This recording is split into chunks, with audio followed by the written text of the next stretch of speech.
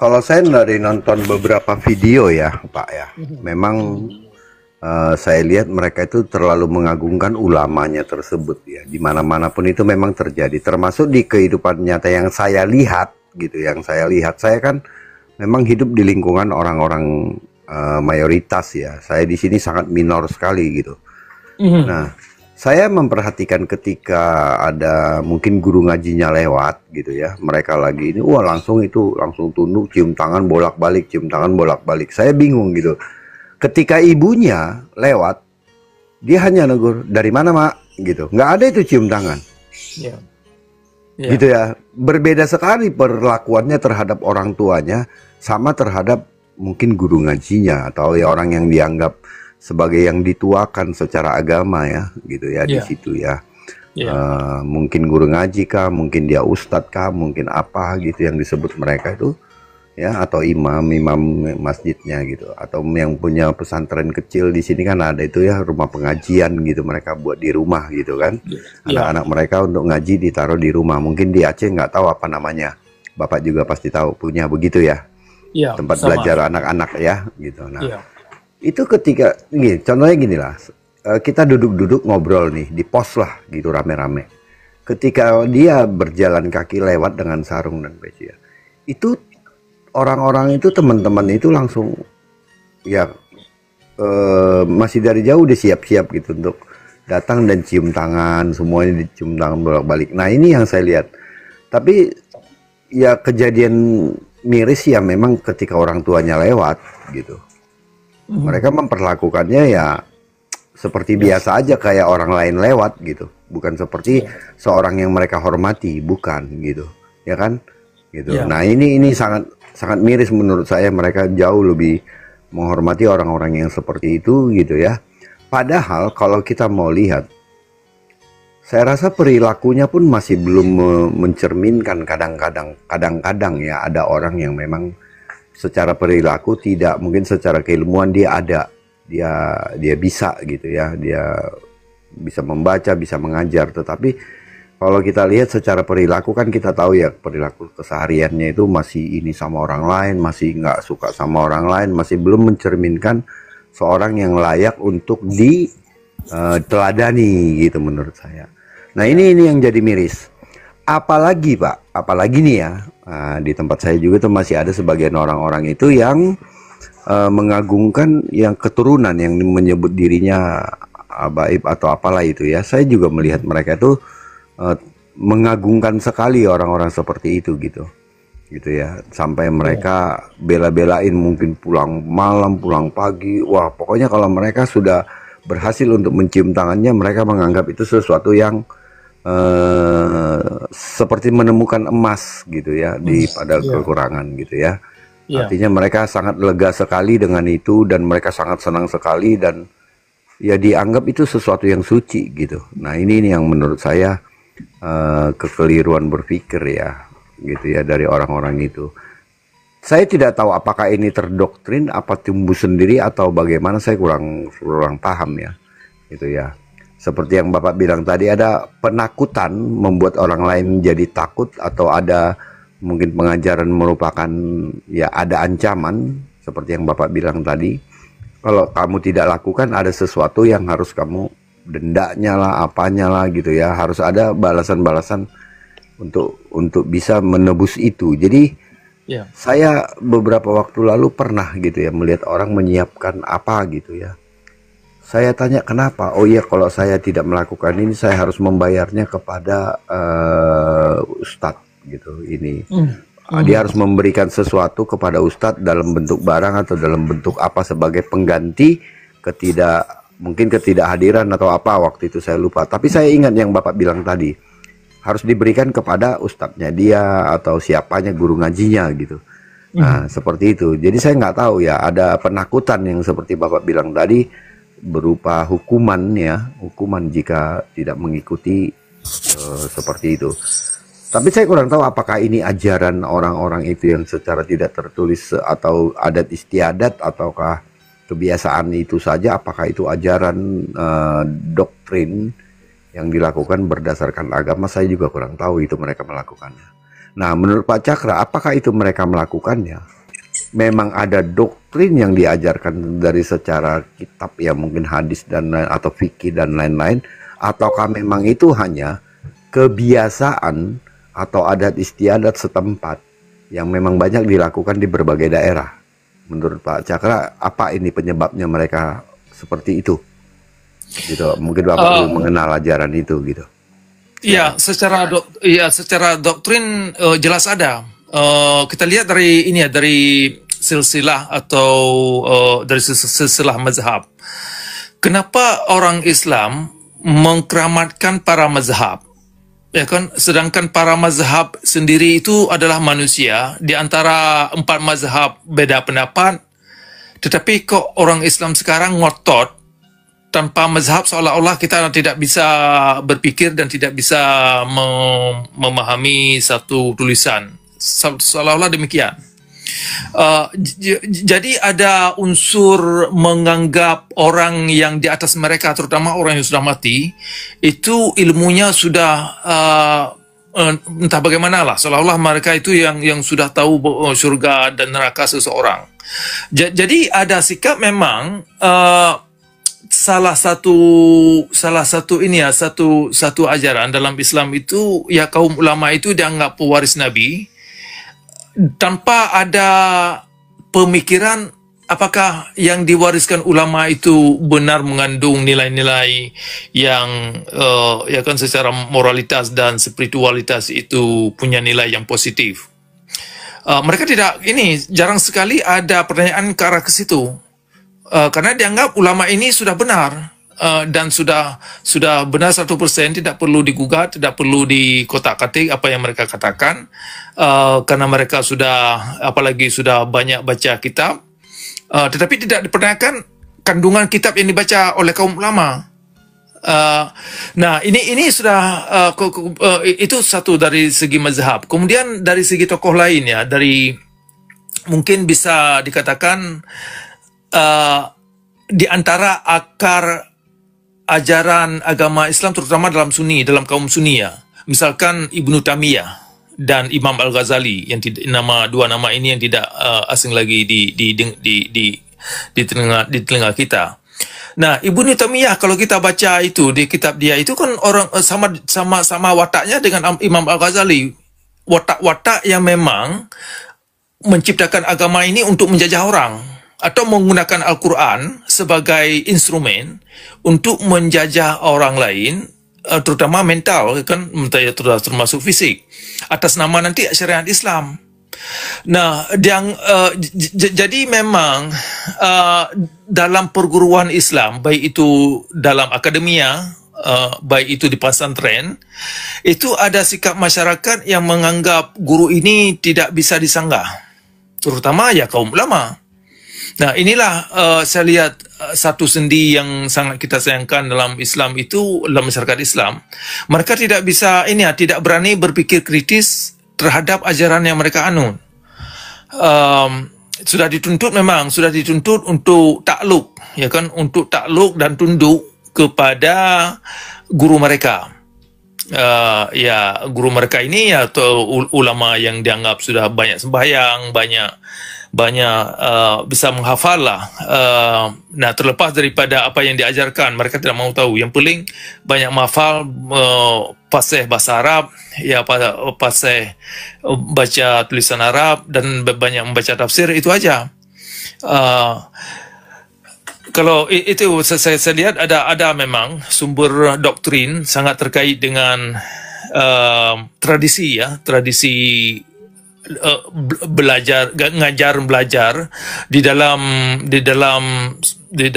perguruan Islam memang sudah dituntut demikian, sehingga ya terbawa sekali, apalagi sistem mengajar itu demikian, apalagi dibawa dalam dimensi syariat Islam yang dengan menggunakan penakutan, apalagi nanti ada sikap-sikap teror orang, ya kan, harus menghabiskan nyawa seseorang hanya gara-gara berbeda pendapat.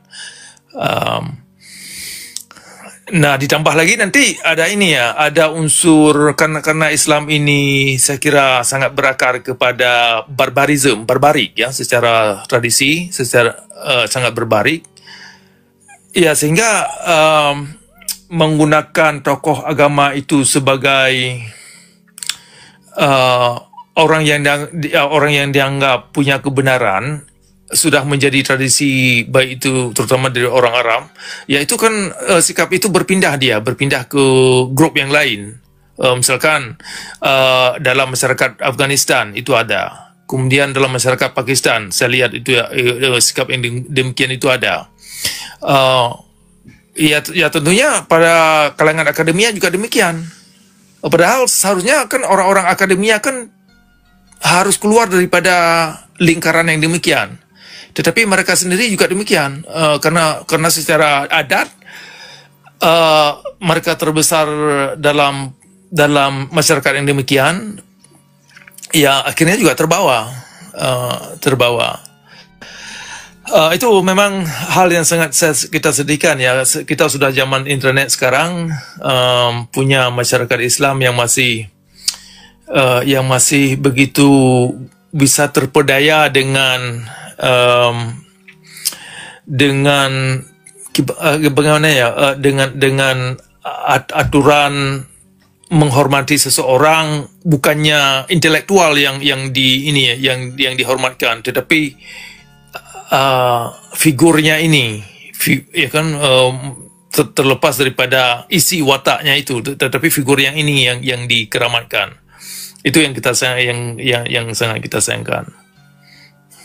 Tapi kan gini Pak, itu kan adalah bentuk daripada pengajaran untuk membentuk karakter di dalam satu lingkungan pengajaran, di dalam contohnya di lingkungan sekolah pesantren gitu. Itu kan adalah salah satu bentuk yang mereka lakukan sebagai penggemblengan jiwa ya gitu, atau karakter, pembentukan karakter supaya mereka itu merendahkan hati gitu. Jadi itu kalau menurut orang-orang yang lain ya, yang berpikiran secara yang sama dengan mereka, itu adalah memang cara itu gitu ya, cara itu. Jadi bantahannya adalah itu bukan eksploitasi, itu bukan pembodohan, tetapi itu adalah pembentukan karakter, pendidikan yang mereka lakukan untuk membentuk karakter anak-anak itu, supaya ketika lulus nanti atau keluar dari tempat itu mereka memang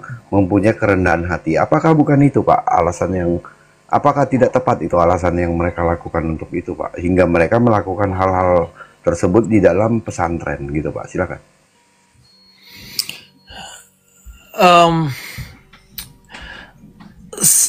Secara kalau saya mengerti yang ditanyakan, kalau secara niat atau apa ya, Pak, itu pendidikan untuk membentuk karakter mereka Pak, itu alasan yang mereka gunakan.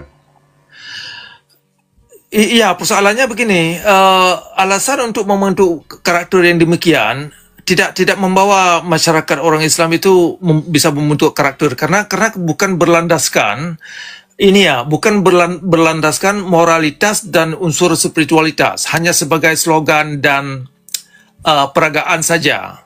Nah, alasan itu memang sering digunakan seperti yang Bapak Nabirong katakan, tujuannya kepada pembentukan karakter, tetapi persoalannya argumen itu gagal. Itu masalahnya. Gagal benar memang.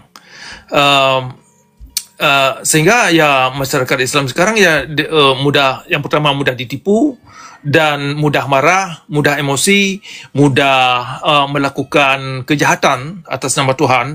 Misalkan dengan menghabiskan nyawa seseorang hanya dianggap sudah dianggap murtad atau berbeda pendapat. Itu menjawab upaya-upaya yang diterapkan di pesantren dan di universitas Islam itu nggak jalan, sama sekali tidak jalan. Kalaupun mereka klaim, oh ini demi untuk membentukkan karakter.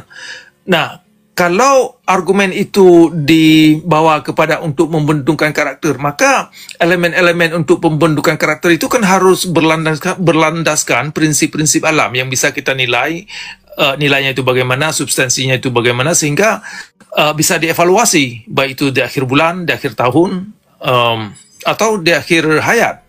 Nah, kalau nilai pendekatan kepada pembentukan karakter tidak bisa dievaluasi, maka segala ajaran yang dianut mereka itu sia-sia, omong kosong, semu ya, nilainya sungguh semu dan sungguh superficial.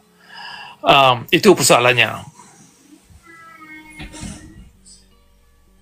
Oke, baik. Jadi secara ini Bapak mengatakan bahwa pernyataan untuk sebagai pembentukan karakter menghasilkan ketidaksesuaian tujuannya ya. Artinya ketika menghasilkan orang-orang yang keluar daripada sekolah pendidikan itu tidak menunjukkan hasil mayoritas yang baik gitu ya, sesuai yang diinginkan gitu ya artinya. Benar, benar sekali. Oke. Jadi ada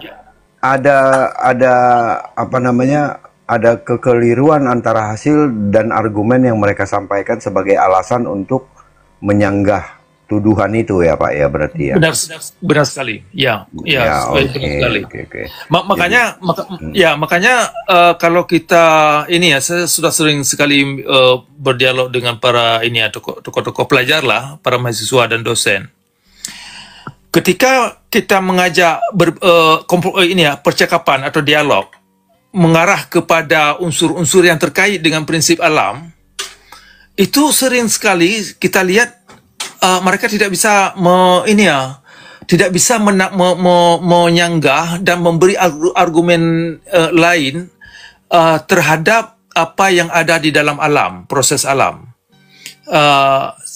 Jawabannya jelas sekali, karena ajaran yang dianut itu tidak lebih daripada ajaran penakutan, kemudian ajaran dogma buta yang memang berlandaskan hipotesa-hipotesa yang hanya dibuat-buat.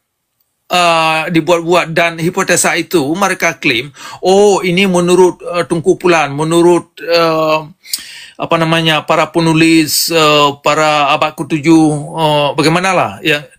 Mereka tidak mempertanyakan apakah klaim yang dibuat oleh seorang penulis abad ke-7, siapalah yang mereka kagumi, misalkan Imam Al-Ghazali dan tokoh-tokoh lain dalam Islam. Mereka tidak mempertanyakan apakah klaim mereka itu bisa dipertanggungjawabkan dalam realitas alam. Itu yang mereka tidak, yang sering sekali tidak mereka bayangkan, bagaimana mempertanggungjawabkan klaim mereka itu. Misalkan ini salah satu contoh. Imam Al-Ghazali mengklaim, dan saya kira sejumlah imam-imam lain juga sependapat, ilmu agama Islam itu lebih utama daripada ilmu pasti. Nah, klaim ini sungguh bermasalah. Bermasalah karena yang pertama, ilmu agama yang ada dalam Islam tidak lain hanya ilmu-ilmu dongeng, tetapi itulah yang diutamakan untuk menentukan tujuan hidup kita di dunia ini untuk apa, gitu. Kemudian klaim itu juga gagal untuk membawa manusia itu kepada golongan baik-baik, kepada golongan-golongan yang maju mulia, itu gagal. Artinya ilmu agama itu yang mereka klaim sangat utama ternyata kosong belaka, penipuan belaka. Nah, itu yang yang membuat sendi argumen. Kalau mereka mengargumenkan bahwasanya ini demi akhlak yang baik. Nah, kalau mereka ingin benar-benar jujur ya ke arah situ, maka prosesnya itu harus bisa kita evaluasi, ya kan, harus bisa kita tahu nilai, baik itu subjektif atau objektif, nilainya itu bagaimana, sehingga kita bisa memperbaiki diri dan bisa bertanggung jawab. Kalau ada kesalahan yang kita lakukan, kita bisa bertanggung jawab. Saya keliru hari itu, seharusnya saya bertingkah begini. Ya kan, kita bisa melakukan introspeksi dan meditasi. Tetapi tanpa kerangka metode kepada unsur-unsur yang bisa ditelusuri dalam alam, terutama apa yang terjadi dalam psikologi kita dan dalam perangai kita dan sikap kita. Susah sekali kita menilai sejauh mana kita ini esensi hidup, gitu kan? Apakah kita ini memang sudah memiliki moralitas seperti yang kita bayangkan? Nah, untuk mengarah ke situ umat Islam gagal. Makanya konsep rahmatan lil alamin dan aswatun hasanah, dua konsep itu gagal. Gagal. Ya karena ya alasannya sederhana aja. Karena mereka tidak mau jujur dan menggunakan kekerasan. Menggunakan kekerasan hanya untuk memaksa dongeng atau ilmu-ilmu dogma kepada orang lain yang tidak masuk akal, yang hanya membodohkan kita sendiri. Oke. Artinya Bapak di sini mengatakan bahwa orang-orang itu tidak mengevaluasi pernyataan itu sesuai tidak hasilnya di lapangan atau tidak, seperti itu ya yang Bapak bilang ya. Benar. Artinya ketika ada suatu pernyataan, mengatakan sesuatu pernyataan ini lalu dilihat hasilnya dari zaman ke zaman apakah sesuai, mereka harusnya mengevaluasi itu supaya pernyataan itu tidak terus-menerus digaungkan tanpa ada hasil yang sebenar-benarnya sesuai dengan pernyataan itu, gitu ya Pak ya. Oke, saya sudah nangkap di situ Pak. Oke, sekarang kita ada tamu nih Pak Deddy Usman. Saya sapa dulu sebentar Pak. Pak Deddy Usman, selamat pagi. Ya, pagi. Assalamualaikum. Ya, ya Pak. Gimana? Apa nih Pak yang Bapak sudah dengarkan dari tadi, kira-kira sampai mana? Apa yang mau ditanggapi Pak Usman? Boleh silakan. Ya, boleh nggak saya tanggapi masalah kasus yang terjadi dengan Trans 7? Iya, boleh Pak, silakan Pak, silakan Pak. Nah, gini, tadi kan saya naik ke room apa namanya, pendukung-pendukung daripada kelompok-kelompok pembaikot yang Trans 7. Saya tanyakan, saya bilang ke orang itu bahwasanya apa yang diekspos oleh Trans 7 itu adalah fakta di lapangan, bukan rekayasa, bukan narasi-narasi yang menyesatkan. Itu adalah fakta. Nah, salah satunya adalah seorang murid diminta untuk mundur, untuk terkadang ada yang istilahnya hampir semacam ngesot ya di depan gurunya. Saya bilang itu adalah bukan ajaran daripada Islam. Nah, terus kami melakukan perdebatan panjang lebar. Terus orang itu bilang ke saya bahwasanya itu adalah budaya. Artinya itu adalah budaya Jawa. Budaya Jawa yang dimasukkan ke dalam pesantren dan menjadi adab di depan guru. Kalau mereka bilang adab, terus saya bilang, kalau adab itu yang bertentangan dengan Islam, yang bertentangan dengan norma-norma yang ada, apakah itu dipertahankan? Mereka tidak bisa menjawab dan mereka egois, ya memarahi saya dan saya keluar. Artinya, saya tanggapi pernyataan Pak Cakra tadi. Artinya, sebenarnya Pak Cakra, kalau kita mengenal Islam sebenar-benarnya kenal dan tahu cara kita memahami Islam yang benar, sebenarnya tidak akan terjadi hal-hal seperti itu. Tidak terjadi pembubaran pengajian sesama Islam akibat perbedaan paham. Tidak akan terjadi pembunuhan mengatasnamakan halal darahnya karena dia sudah murtad atau apa, atau yang lain-lain yang terjadi saat ini. Ini sebenarnya PR kita sebagai umat Islam. Saya rasa kalau kita berbicara Islam, maka kita jangan melihat kelompok ya. Ya, karena kalau saya melihat kelompok-kelompok yang ekstrim mengatasnamakan Islam, yang apalagi ini maaf ketika saya bilang apalagi ada banser ya, banser-banser itu apa namanya, pengikut-pengikut pakai loreng gitu, membubarin orang, memaksa orang yang harus beribadah seperti orang itu, bulan puasa apa namanya, ini kan razia warung orang. Padahal kita hidup di negara yang beraneka ragaman, ya, Bhinneka Tunggal Ika.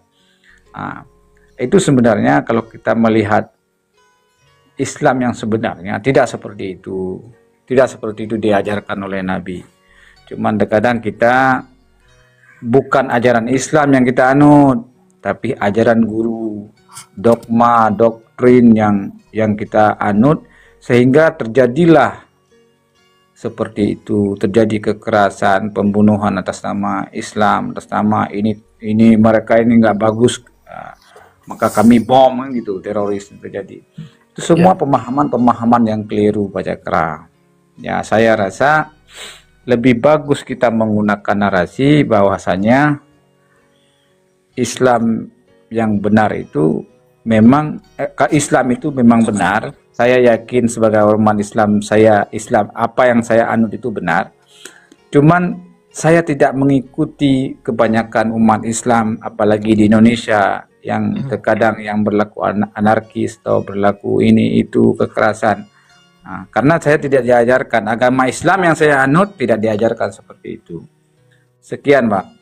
Terima kasih. Assalamualaikum. Pak, saya sedikit tergelitik dengan Bapak bilang tadi ini adalah bukan ajaran Islam, tetapi mereka hanya sebagai pengikut guru-guru ya, artinya pengajar-pengajar ustadz-ustadz mereka, kan begitu Pak ya, atau alim ulama gitu ya? Iya. Ya, oke. Tetapi kan ada di dalam Quran mengatakan bahwa kita harus ikutinlah Rasul, ikutinlah alim ulama juga Pak gitu. Menurut Bapak itu apakah bukan itu salah satu bentuk daripada pembelaan mereka yang akan mereka bisa ajukan sebagai argumen untuk menyanggah Bapak tadi bahwa kalian tidak mengikuti Allah tapi kalian mengikuti guru-guru. Lah kan memang di Quran pun dikatakan kalau kita memang harus mengikuti juga Pak alim-alim ulama atau guru-guru itu. Menurut Bapak gimana itu Pak? Begini, yang dikatakan ulama itu pewaris Nabi adalah ulama-ulama yang memang dia ajaran-ajarannya atau pemahaman-pemahaman agamanya itu sesuai dengan tuntunan Nabi. Yang pertama, boleh kita lihat Nabi itu tidak pernah menyuruh kita untuk membunuh karena perbedaan pemahaman sesama Islam. Misalnya pembubaran pengajian dianggap orang lain Wahabi, itu nggak disuruh sama Nabi. Malahan perbedaan itu adalah rahmat. Malahan imam 4 itu saling berbeda pendapat soal hukum fikih misalnya. Saya rasa ulama yang dikatakan sebagai pewaris Nabi adalah ulama-ulama yang memang benar mewarisi daripada ajaran-ajaran Nabi Shallallahu Alaihi Wasallam, bukan seperti yang kita lihat sekarang, suruh anak mondok buat apa istilahnya, buat ngecor pondok, apalagi ada lagi yang sungkem, yang apa istilahnya, yang ngesot di depan guru. Nah, itu nggak ada dalam ajaran Nabi. Ajaran agama Islam yang diajarkan Nabi kan demikian. Malahan Nabi membebaskan perbudakan. Yang kedua, Nabi juga membebaskan perempuan dari makhluk yang istilahnya yang hina dulunya di masa jahiliyah menjadi perempuan yang beradab, yang bermartabat gitu. Nabi tidak mengajarkan itu. Yang sekarang dipraktekkan kan begitu. Jadi nikah mut'ah. Artinya ya baik, artinya begini Pak. Artinya ketika ulama yang kita lihat atau kita tiru itu melakukan sesuatu yang tidak sesuai dengan Quran, itu kita tidak perlu ikuti, begitu kan maksud Bapak kan? Iya, iya, iya. Ya, jadi artinya bukan semua perilaku atau ajaran yang mereka itu harus kita ikuti, tetapi bagaimana, apakah ajaran itu ataukah perilaku yang diajarkan itu sesuai dengan Quran atau tidak. Itu oke, itu tadi yang Bapak bilang tadi ya. Ya, baik. Jadi kalau tadi Pak Cakra bilang ya, di dalam sebelumnya kan Pak Cakra tadi bilang bahwa apakah itu ajaran itu sesuai dengan ajaran Islam? Tadi Pak Cakra bilang iya, itu sesuai dengan mazhab-mazhab yang ada dengan ini. Itu tadi Pak Cakra bilang bahwa perilaku itu memang ada dasarnya, gitu contohnya Pak. Itu tadi Pak Cakra, kalau nggak salah ya Pak Cakra ya yang saya Ya bilang benar. ya tadi. Ya. Nah iya, nah itu artinya berarti masih ada dasar, walaupun mungkin tidak banyak yang mereka gunakan untuk melakukan itu. Tetapi Pak Deddy Usman tadi di sebelah katanya mereka karena itu ajaran itu memang sesuai dengan budaya daerah, atau ketika di Jawa memang sudah terbiasa. Iya, kita yakin, kita memang bisa lihat di Jawa itu sering di rumah pun itu ada sungkem, ada ini, itu memang budaya Pak ya, Pak Deddy ya. Ya kalau di Jawa itu Iya, kayak gitu iya, ya, iya. ya atau jalan itu karena mereka masih pada pengajaran atau mereka masih mengikuti gaya keraton dengan orang-orang biasa gitu Pak ya, menghadap raja atau menghadap orang tua. Itu sangat sangat wajar sih. Tetapi banyak yang ketidakwajaran yang saya lihat itu sebenarnya kadang-kadang sampai kepada perbuatan yang menurut saya ini tidak layak dan tidak patut. Contohnya Pak, sampai mereka meminum bekas kopinya, itu banyak ya videonya, atau menyerahkan air mineral mereka untuk diberikan, untuk diludahi ya sebagai tanda diberkahi, lalu mereka bawa pulang sebagai berkah, mau diminum atau mau diapa saya kurang tahu fungsinya. Apakah menurut Pak Deddy ini juga sesuatu yang wajar atau tidak Pak, menurut Bapak itu Pak? Itu tidak diajarkan sebenarnya oleh Nabi ya, yang meminum atau mengambil berkah dari guru-gurunya. Nah, itu tidak diajarkan sebenarnya. Itu kan akibat doktrin atau dogma yang diunikan dari turun temurun atau menjadi budaya, jadi tradisi dan kebiasaan di masyarakat. Karena saya pribadi, jujur ya, saya pribadi, mungkin abang-abang ini kenal sama Abu Ibrahim Waila, Pak Cakra kenal ya. Saya sebagai orang Aceh. Jadi pada saat itu saya mau ketemu sama Abu Waila. Nah, karena Abu Waila ini orang keramat, ulama yang sangat keramat, ya kan. Ada dibilang kawan saya itu bilang sama saya, kalau orang kayak Pak Deddy ini nggak mungkin ketemu sama Abu Waila, dia bilang kan. Ya saya jawab, apa salahnya saya? Apa saya sehina itu? Saya bilang kan. Enggak, orang-orang yang itu, orang-orang yang ketemu sama ulama itu, sama Abu itu orang-orang yang baik. Memang saya nggak baik, saya bilang kan. Oke lah, saya nekat, saya berdoa sama Tuhan, sama Allah. Ya Allah, pertemukan saya dengan Abu Ibrahim Waila, saya bilang. Datang saya ke tempat itu, ke tempat beliau. Terus saya lihat beliau itu tidur, dan saya lihat di luar itu banyak orang yang antri bawa aqua. Nah, bawa aqua, ada yang besar, ada yang kecil kan. Sedangkan saya tidak membawa apa-apa. Karena saya berpikir logik nih. Saya berpikir logik, kalau ketemu sama seorang ulama, ya pasti kita jangan nunggu di luar, pasti masuk. Kalau dia lagi tidur, berarti kita tidur di sampingnya. Jadi saya langsung masuk, tidur, tunggu dia di tempat dia tidur. Di pas beliau bangun, langsung ketemu sama saya. Sedangkan orang-orang yang bawa aqua itu yang tidak ketemu sampai pagi. Artinya apa? Itu sesuatu yang keyakinan. Kalau kita yakin sesuatu itu memang, contohnya ya, kalau kita yakin bahwa di kayu besar itu ada setan, kita yakini pertama itu memang nggak ada setannya. Tapi kalau setan itu sudah melihat kita itu sembah-sembah kayu itu kan, sembah-sembah pohon besar itu, maka setan dengan sendirinya akan datang ya ke pohon itu. Nah, itu masalahnya. Artinya dia melihat, oh ini ada peluang nih. Nah, ini ada peluang nih. Kita singgah aja di pohon besar ini supaya orang ini syirik semua kan gitu. Artinya agama Islam ini sebenarnya benar kayak dibilang Mas Cakra. Agama Islam ini sebenarnya hampir 90%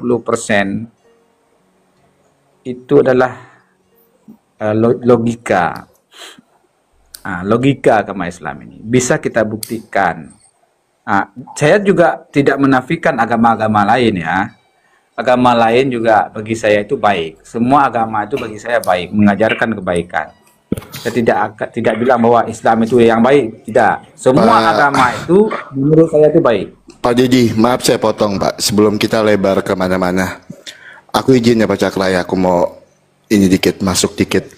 Ya, tadi Pak Dedi bilang tidak ada di dalam Islam itu mengajarkan untuk membunuh sesamanya, sesama Islam dalam artian seperti itu ya yang saya dengar tadi. Bagaimana kalau dengan orang-orang yang tidak seiman, Pak?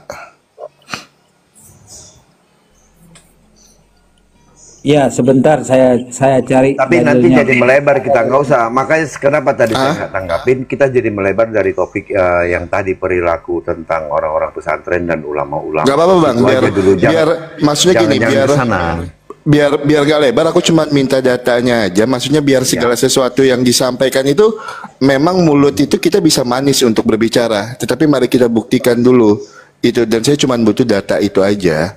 Itu bagaimana untuk saudara-saudara kita yang tidak seiman. Sebenarnya saya jadi lebar nanti Bang. Nggak udahlah itu nanti belakangan aja lah. Saya paham itu sebenarnya.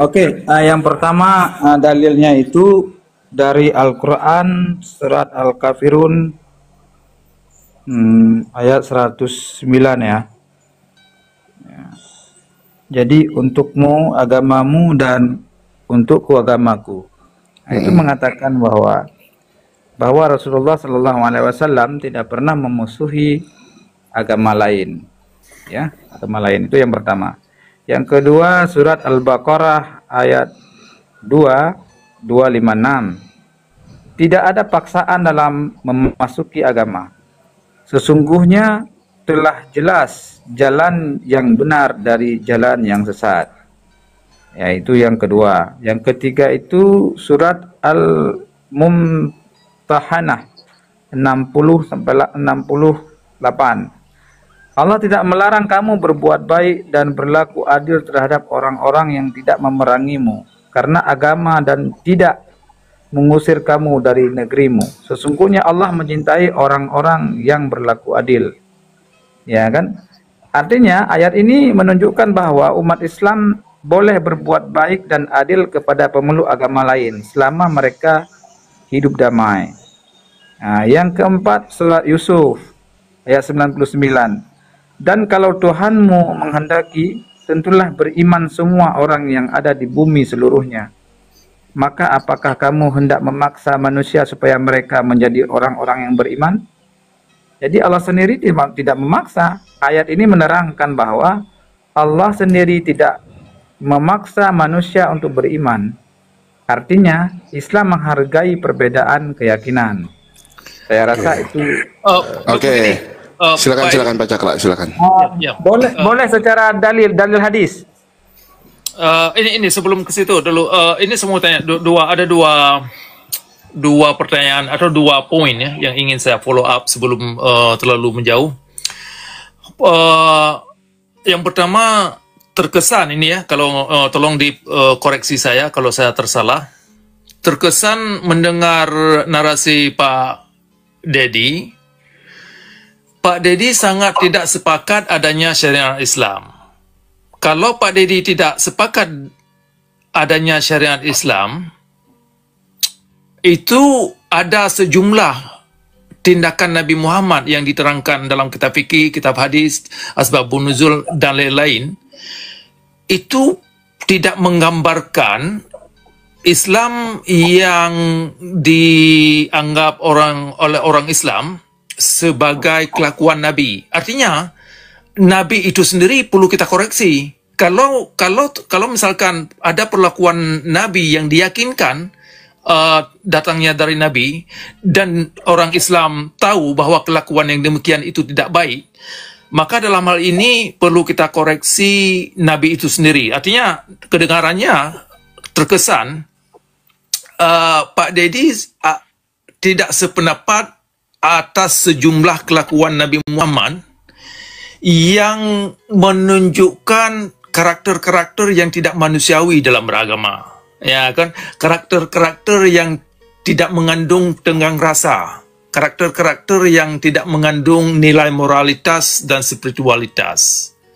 Nah, kalau asumsi saya benar, nah berarti ada poin lagi, ada hal yang sangat yang terkait juga, saya kira. Kondisi umat Islam, baik itu di Aceh, terutama di Aceh ya. Kenapa orang Islam yang sudah termakan dengan syariat Islam, umumnya mereka jahat. Ini sudah termasuk kaum ulama ini. Termasuk kaum ulama, tokoh-tokoh masyarakat, dan pemimpin pesantren. Ketika mereka termakan dengan syariat Islam, yang diklaim datangnya dari Tuhan, yang diklaim datangnya dari kelakuan atau tindakan Nabi Muhammad, itu mereka jahat orangnya. Nah, jadi ada ini ya. Kalau boleh saya kasih analogi, dalam Islam itu nampaknya bukan lagi kesalahan umat. Artinya, kalau manual buku yang dikasih kepada umat sebagai pengendara, sopir, kan sopir mobil, ternyata mobil ini jatuhnya ke jurang. Nah, ketika mobil jatuh ke jurang, itu ada dua dimensi yang perlu kita lihat. Apakah si pengendarai mobil kurang ngerti petunjuk yang diterangkan dalam manual, atau si pengendara mobil ini sudah mengikuti segala apa yang diaturkan, yang diterangkan dalam manual. Nah, yang membawa si sopir ini dengan mobilnya itu jatuh ke jurang, ke dalam kehidupan kenesapaan. Nah, kalau itu benar, maka perlu kita kaji kembali manual itu sendiri. Nah kan, sehingga pengendara mobil ini tidak lagi bawa mobil ini ke jurang. Ketika kita bisa memperbaiki dan menganalisa kembali dan menggugat manual, apa sih keterangan-keterangan yang ada di dalam manual itu yang membuat para pengendara mobil ini larinya ke jurang. Nah, itu dua poin Pak Dedi ingin saya tahu. Silakan. Oke, terima kasih Pak Cakra. Saya menanggapi bahwasanya secara ajaran Islam, baik dari hadis maupun ayat, itu jelas bahwa Islam itu cinta kepada saudara-saudara kita yang bukan Muslim. Jadi yang salah itu oknumnya, yang salah itu kalau memang dia kiai, berarti kiainya kurang belajar dengan Islam yang benar. Saya baca hadis yang diriwayatkan oleh Al-Bukhari dan Muslim. Barang siapa yang menyakiti seorang zimmi, artinya non-muslim yang hidup damai di bawah perlindungan Islam, sama-sama kita ini dalam satu daerah, misalnya di Indonesia, maka aku menjadi lawannya pada hari kiamat. Itu Nabi sendiri yang mengatakan bahwa kita ini sangat menghargai saudara-saudara kita. Kalau ada orang Islam yang orang atau kiai atau siapa yang mengatakan ya itu, dia tidak belajar Islam dengan benar. Yang kedua, siapa yang membunuh seseorang yang memiliki perjanjian dengan kaum muslimin, maka ia tidak akan mencium bau surga. Artinya apa? Ini di sini boleh kita lihat bahwa begitu damainya Islam. Jadi saya katakan sekali lagi bahwa bukan Islam aja yang damai, semua agama sebenarnya damai, mengajarkan kebaikan-kebaikan. Cuman terkadang kita saja yang egois, kita saja yang kerasukan setan, sehingga kita dengan beraninya mengatakan, mengatasnamakan agama. Makanya terjadi kayak di Poso, terjadi kayak di kemarin itu di apa namanya, yang terjadi pembunuhan itu antar agama di Afrika, bukan Afrika ya, apa namanya, Jadi begini, Pak. Nigeria. Bapak Edi sepakat nggak tentang adanya syariat Islam untuk dibubarkan atau bagaimana? Ini saya mau dengar secara jelas ya. Posisi Bang Edi, perlakuan syariat Islam, terutama hukum harus dipancung seseorang yang berbeda pendapat, itu ada hadis. Kemudian membatukan seseorang hingga mati mereka yang dianggap sudah berzina. Padahal Nabi sendiri berzina. Kok bisa Nabi sendiri bisa berzina, kok orang lain dibatukan. Kemudian persoalan salat, ini yang jadi sentral dalam Islam. Padahal kalau salat itu adalah untuk kebaikan, untuk diri kita masing-masing, dan tidak ada salat itu yang kita lakukan untuk orang lain, tetapi hasil itu untuk diri kita sendiri. Apa urusan Nabi Muhammad teror-teror orang dalam beragama, dalam artian ya harus bakar rumah mereka sekalian orangnya di dalam rumahnya? Itu kan satu seruan saya kira yang sangat kita ini yang sangat seram. Nah, kalau hadis itu dianggap ini kurang, padahal itu Sahih Bukhari itu. Kalau hadis itu dianggap Nabi Muhammad tidak bermaksud demikian. Nah, bisa jadi keseluruhan hadis perlu kita gugat kembali dan perlu kita pertanyakan kembali. Kalau Nabi Muhammad saja salah ngerti tentang persoalan sembahyang, bisa jadi keseluruhan tentang Islam itu salah dimengerti. Jadi saya ingin kembali mau tanyakan posisi Pak Edi tentang kebijakan atau adanya syariat Islam itu bagaimana? Sebenarnya kan dasar daripada syariat itu adalah yang pertama bersumber daripada Al-Quran, yang kedua yang bersumber daripada hadis. Tadi saya pernah ini juga mendengar juga dari Pak Cakra bahwasanya ada hadis-hadis yang menyuruh membakar rumah-rumah orang murtad atau apa. Saya itu hadis berapa Pak Cakra? Biar saya ini kan cari. Mungkin itu tugas pekerjaan rumah ya mungkin karena ini pokoknya itu bisa Bapak cari, itu ada. Kemudian yang sangat saya sayangkan itu bulan puasa. Itu setiap bulan puasa seharusnya orang Islam keluar dari bulan puasanya jadi orang baik-baik. Padahal habisnya puasa kita lihat bukannya orang Islam jadi orang baik-baik, malah jadi tidak ada pelajaran yang mereka ambil. Kenapa orang yang tidak puasa siang hari, buka warung siang hari, mereka disita alat masaknya, kemudian dikenakan razia lain-lain lah. Padahal kalau memang puasa itu kepada pencerahan, ya yang dikandung puasa itu harus ada nilai-nilai kepada hal yang bisa ditelusuri dalam alam, bukan tidak bisa dilakukan melalui keyakinan. Nah, tetapi adanya razia puasa yang demikian, alasannya untuk menghormati orang Islam, kemudian pemaksaan jilbab lagi. Nah, banyak sekali sumber-sumber dimensi-dimensi dalam syariat Islam itu yang saya kira hanya membawa orang Islam itu kepada kezaliman dalam beragama yang melambangkan perlakuan Nabi Muhammad itu sendiri. Artinya, penegakan syariat Islam sesungguhnya adalah penegakan kezaliman Nabi Muhammad dalam beragama. Nah, jadi dua dimensi ini kita tidak bisa pisahkan dan tidak bisa diceraikan.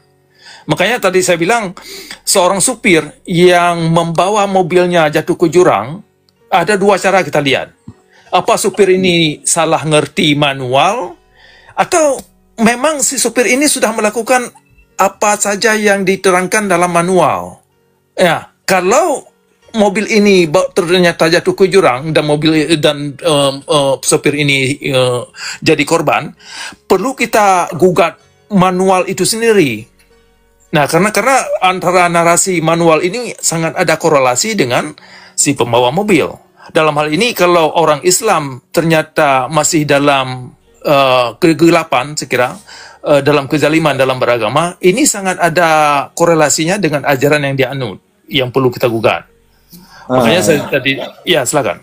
ya Pak Cakra, terima kasih. Saya akan menjawab tentang hadis yang Pak Cakra bahas tadi. Itu hadis Bukhari nomor 25 dan Muslim nomor 22. Jadi artinya begini. Rasulullah Shallallahu Alaihi Wasallam bersabda, aku diperintahkan untuk memerangi manusia hingga mereka bersaksi bahwa tiada Tuhan selain Allah dan bahwa Muhammad adalah utusan Allah. Nah, penjelasan daripada hadis ini, kata manusia atau anas di sini tidak berarti semua orang non-muslim, tetapi itu khusus bagi kaum musyrik Arab pada masa itu yang memerangi Nabi dan kaum muslimin. Nah, artinya apa? Kalau memang ada saudara-saudara kita yang non-muslim tapi tidak memerangi kita, ya Nabi menyuruh damai, tidak pernah menyuruh untuk membakar rumahnya atau apa kan. Ya, yang kedua ya, tujuan bukan pemaksaan agama. Nah, tetapi menghentikan permusuhan dan penegakan keamanan beragama. Nah, ini dibuktikan karena Nabi tetap berdamai dengan Yahudi dan Nasrani di Madinah melalui piagam Madinah selama mereka tidak berkhianat. Nah, inilah yang saya bilang bahwasanya ada orang-orang yang berperilaku tidak manusiawi, tidak menghargai agama lain, walaupun dia berlabel kiai, walaupun dia berlabel ini mengatasnamakan Islam. Nah, itu salah karena dia tidak belajar hadis dengan benar dan tidak mengajarkan hadis dengan benar dan bijak gitu ya. Artinya apa? Berarti yang salah itu bukan yang menciptakan mobil Pak Cakra, tapi nyetirnya yang salah. Di sinilah mungkin di sinilah saya mau cari kejelasannya atau clarity. Kalau kita tidak berani menggugat manual yang dipegang oleh si sopir, maka secara intelektual kita tidak jujur.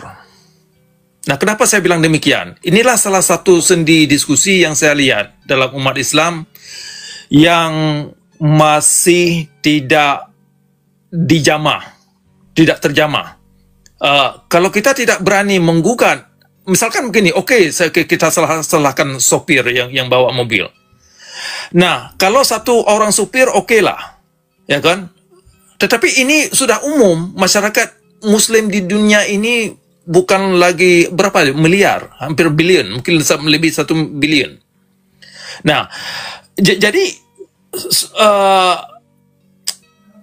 sudah umum sikap dan perangai orang Muslim itu bersikap karena memang alasannya, justifikasinya mereka karena ada narasi-narasi yang mereka pegang dan mereka lakukan itu menurut narasi yang mereka anut. Artinya manual yang mereka anut itu menerangkan yang membawa mereka melakukan sesuatu seperti yang diterangkan di dalam kitab mereka. Nah, makanya saya ingin ini ya, saya ingin kalau kita misalkan tadi dikatakan bahwa Nabi ini tidak bermaksud bakar rumah orang. Itu kan kalau kita jabarkan lagi, oh ada pertikaian waktu itu kan tidak bisa kita aktualisasikan cerita-cerita yang demikian. Tetapi yang bisa kita pertanggungjawabkan adalah apa yang ada pada tangan diri kita ini, yaitu hadis.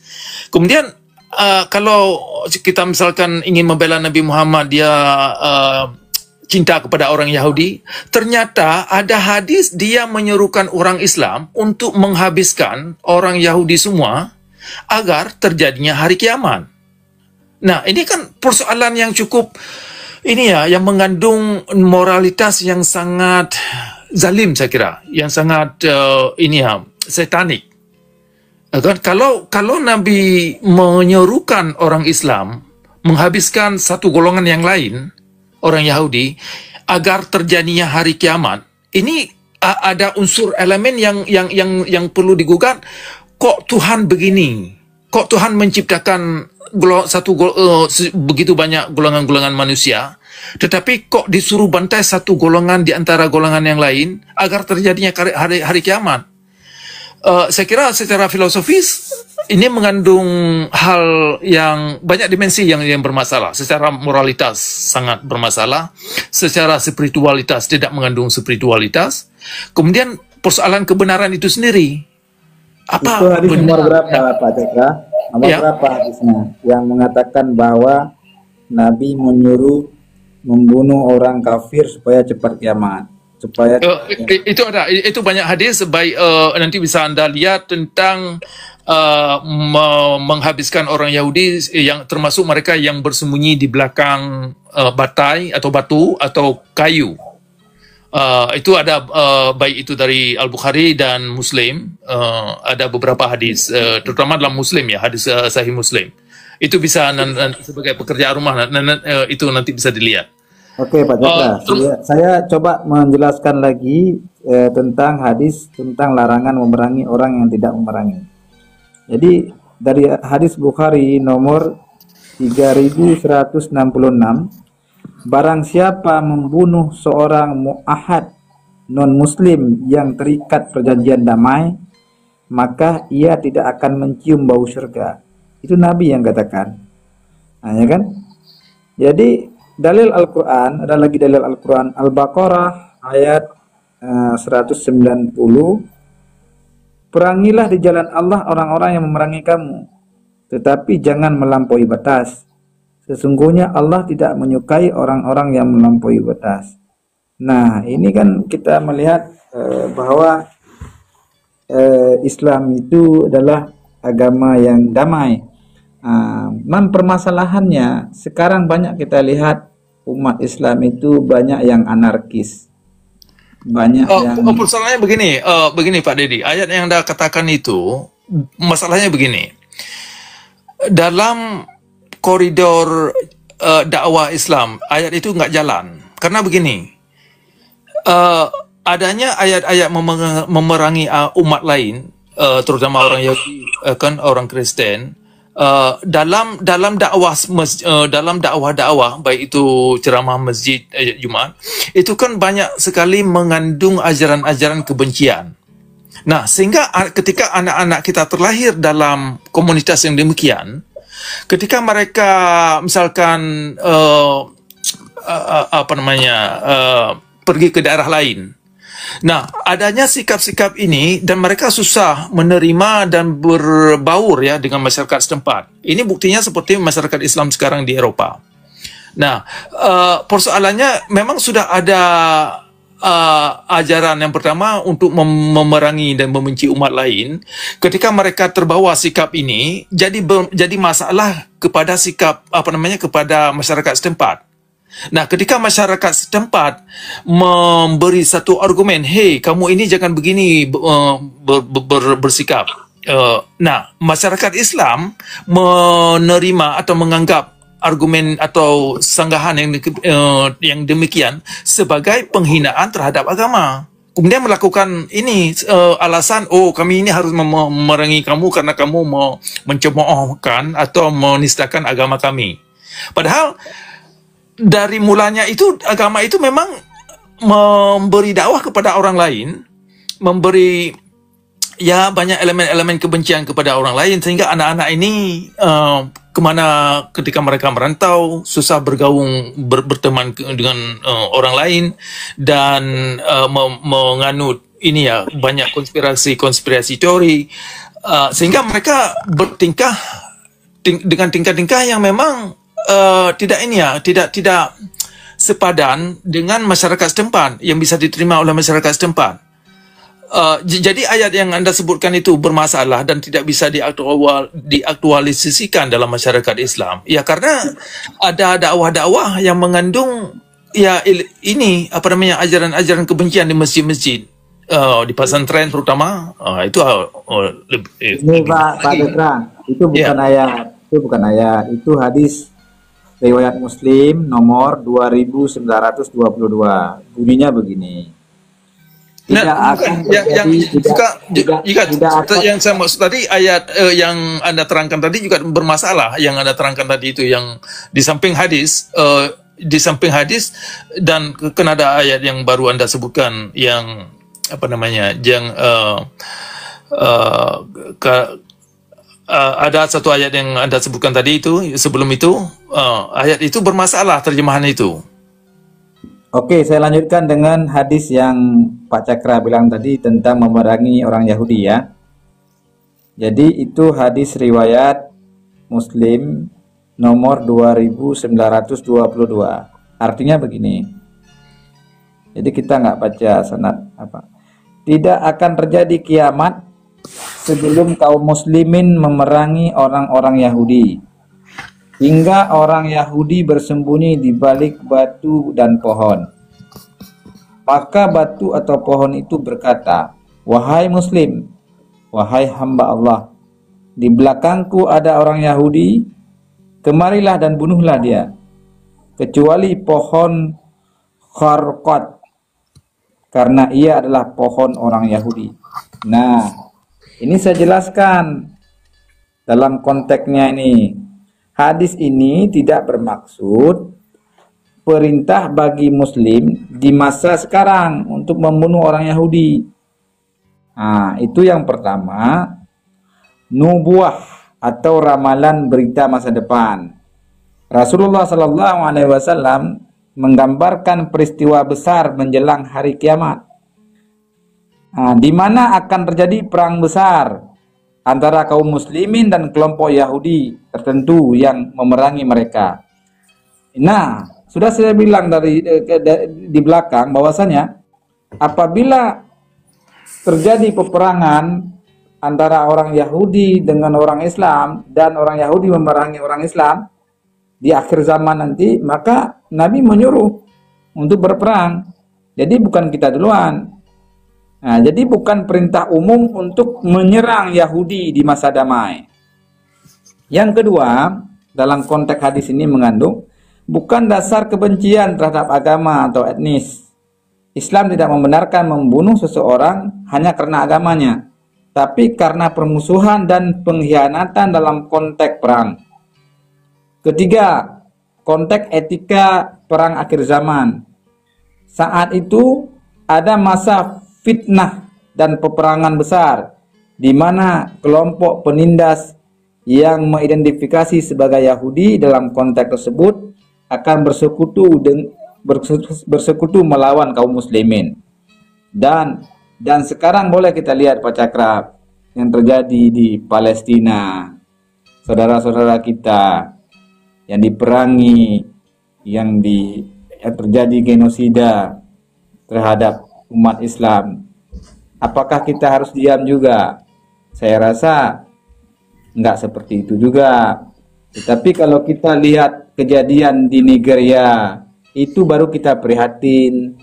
Kalau Nigeria itu kan ada perang antar agama, suku, etnis kan. Nah, itu baru kita waspada. Ini perang apa? Terjadi di Ambon. Nah, itu harus kita waspadai. Bapak ini lucu, Pak. Bapak ini lucu, Pak. Bapak bilang Nigeria itu bukan perang, Pak, mereka, Pak. Mereka itu diperangi, Pak. Mereka itu tidak dalam keadaan perang. Berbeda, ini sangat berbeda dengan Israel dan Palestina.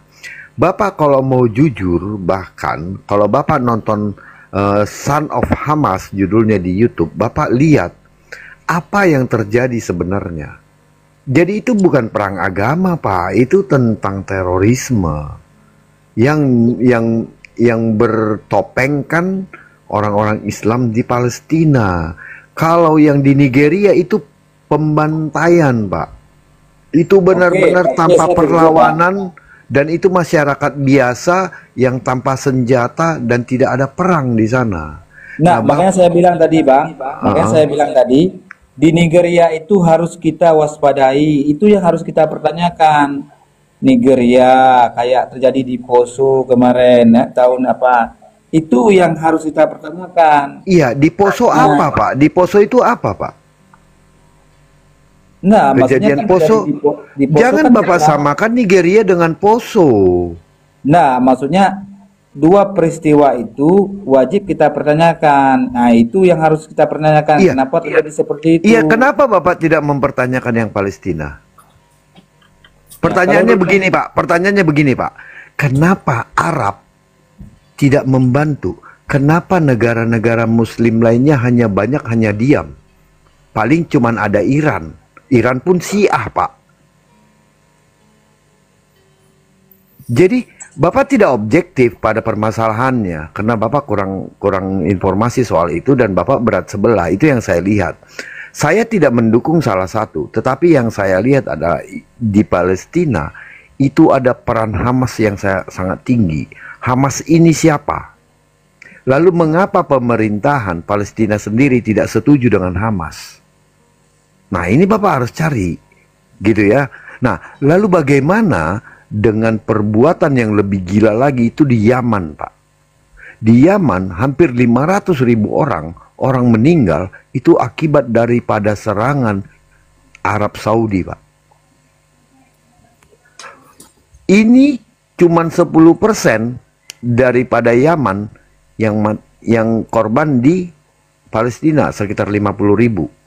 Sedangkan di Yaman itu 500.000, itu jauh lebih besar korbannya. Tetapi karena pelakunya adalah Arab Saudi, itu ditutup.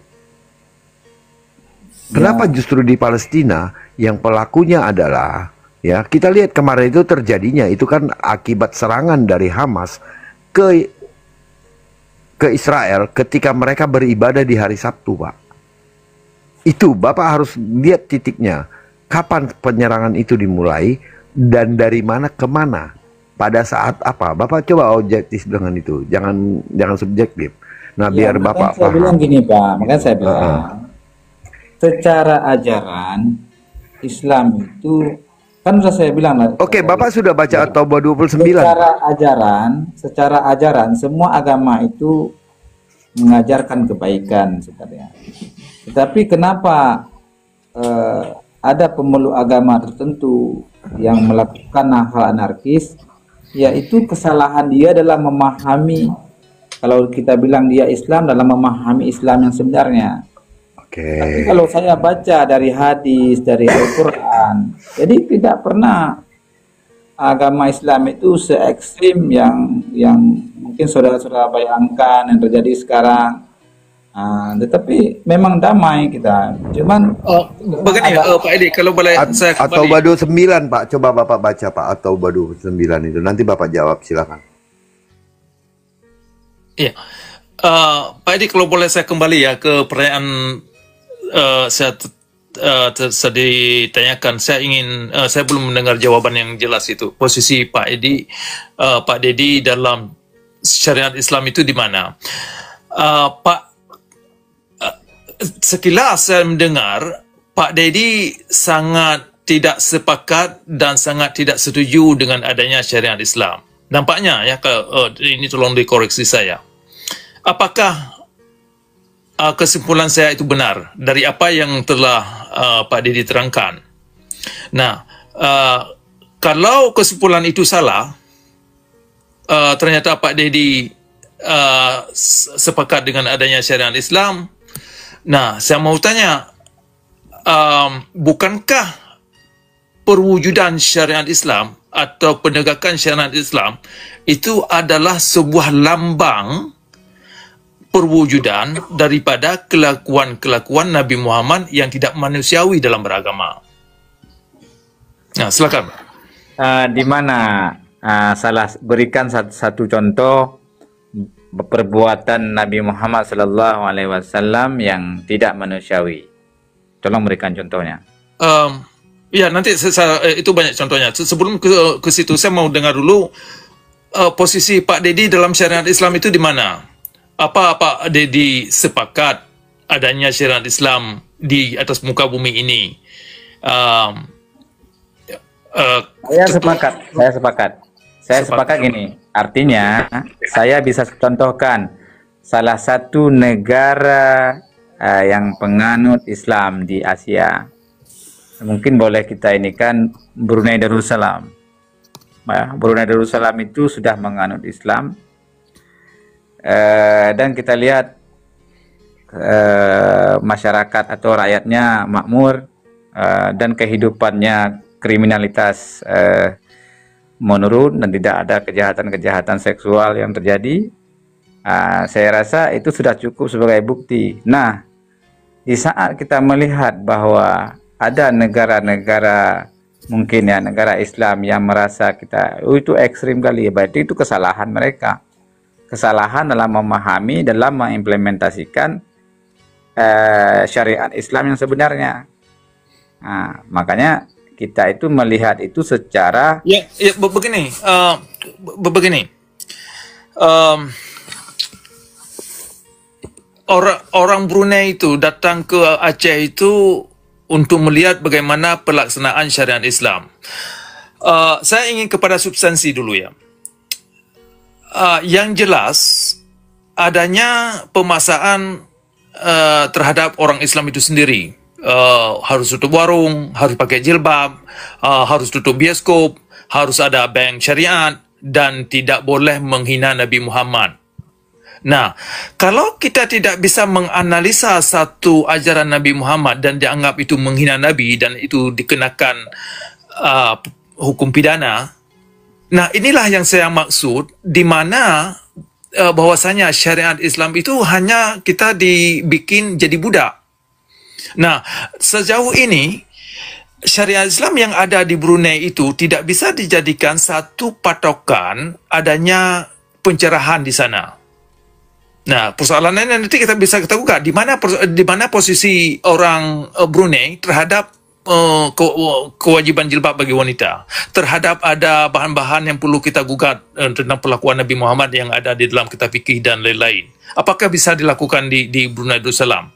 Nanti ada persoalan bank syariat yang perlu kita gugat, yang bermasalah.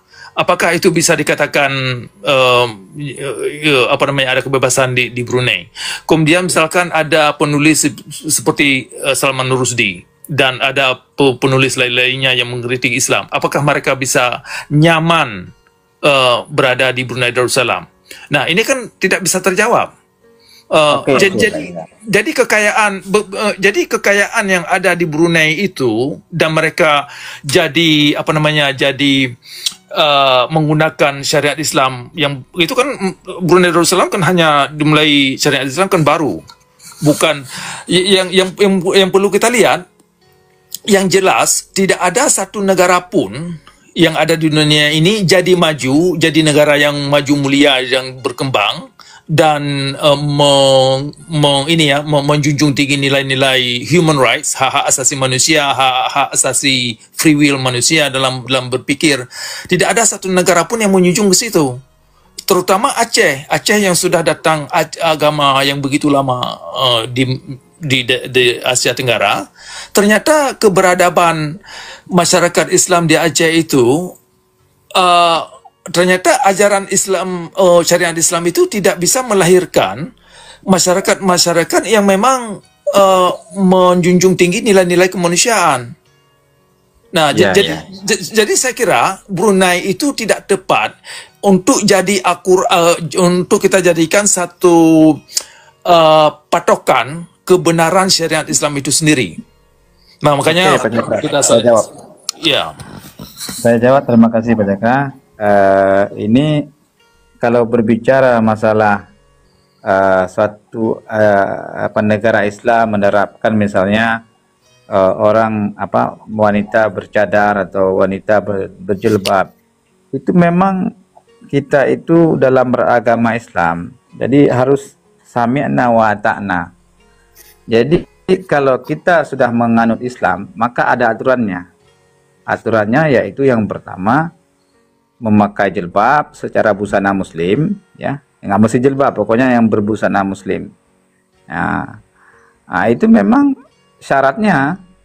Jadi syarat itu bersyahadat dan menjunjung tinggi nilai-nilai dalam Islam, dan itu efeknya baik untuk seorang wanita, kan. Nah, inilah masalahnya. Inilah masalahnya. Jadi, Cakra, saya lanjutkan dengan Aceh. Kalau Pak Cakra mencontohkan Aceh melakukan syariat Islam, jangankan Pak Cakra, saya pun membantah. Saya pun tidak setuju. Artinya apa? Justru di Aceh itu tidak mencerminkan bahwa kita itu sedang bersyariat Islam. Saya setuju dengan Pak Cakra kalau di Aceh, kalau contohnya Aceh. Artinya apa? Kita lihat di Aceh itu ada pembubaran pengajian sesama Islam karena perbedaan ini, menuduh orang lain Wahabi. Nah, itu ada terjadi. Itu belum berislam sebenarnya, belum bersyariah sebenarnya Pak Cakra. Kalau berbicara Aceh, ah, makanya saya katakan ada terkadang kita tidak terasa bahwa kita ini sedang melecehkan Islam yang sebenarnya. Nah, itu saya setuju dengan Pak Cakra kalau contohnya Aceh. Tapi kalau contohnya Malaysia yang sudah makmur, yang sudah tatanan ke masyarakatnya sudah bagus, sudah oke, kriminalitas menurun, ketimpangan sosial nggak ada lagi. Ya itu memang diajarkan dalam Islam seperti itu. Nah, jadi kalau Aceh itu belum bersyariat. Kita ini di Aceh belum bersyariat Pak Cakra. Ada ini begini Pak Edi, kalau ini boleh saya kasih perbandingan ya. Adanya kebebasan toleransi beragama dalam beberapa negara, terutama di Barat, atau negara-negara yang misalkan Malaysia dan Singapura. Itu bukan karena syariat, tetapi karena sekuler. Karena negara itu punya sistem sekuler yang di mana menjaga masyarakat itu agar tidak memaksa satu agama kepada agama yang lain. Tetapi ketika jadi satu daerah itu jadi negara yang syariat yang dipegang oleh seperti Iran, nah makanya kebebasan itu tidak ada lagi. Nah, misalkan Singapura, misalkan Anda kita katakan Singapura itu ada begitu sudah tertib dan ada unsur Islam. Tetapi bukan karena syariat Islam, tetapi karena negara itu sekuler. Nah, kalau negara misalkan Brunei itu akan menganut satu apa yang diterangkan dalam kitab hadis, itu Brunei itu akan hancur. Akan hancur. Nah, mungkin sekarang karena mereka baru-baru dan mereka mungkin bisa bisa meneramkan masyarakat tidak begitu kritis karena mereka punya kekayaan. Tetapi kalau mereka menjalankan semua aturan-aturan syariat, itu hasilnya sudah jelas. Seperti di Aceh dan di tempat lain, di Afghanistan, di Pakistan, di Boko Haram, di sana di Afrika Barat sana, dan di Somalia satu lagi, di Sudan, dan contohnya banyak sekali. Yang membuat syariat Islam ini menjadi menenggelamkan masyarakat Muslim itu sendiri kepada kegelapan. Itu persoalannya.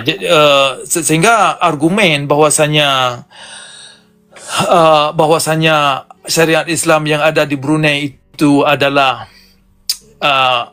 bentuk model yang perlu dituruti oleh negara lain, itu sungguh keliru. Sungguh keliru.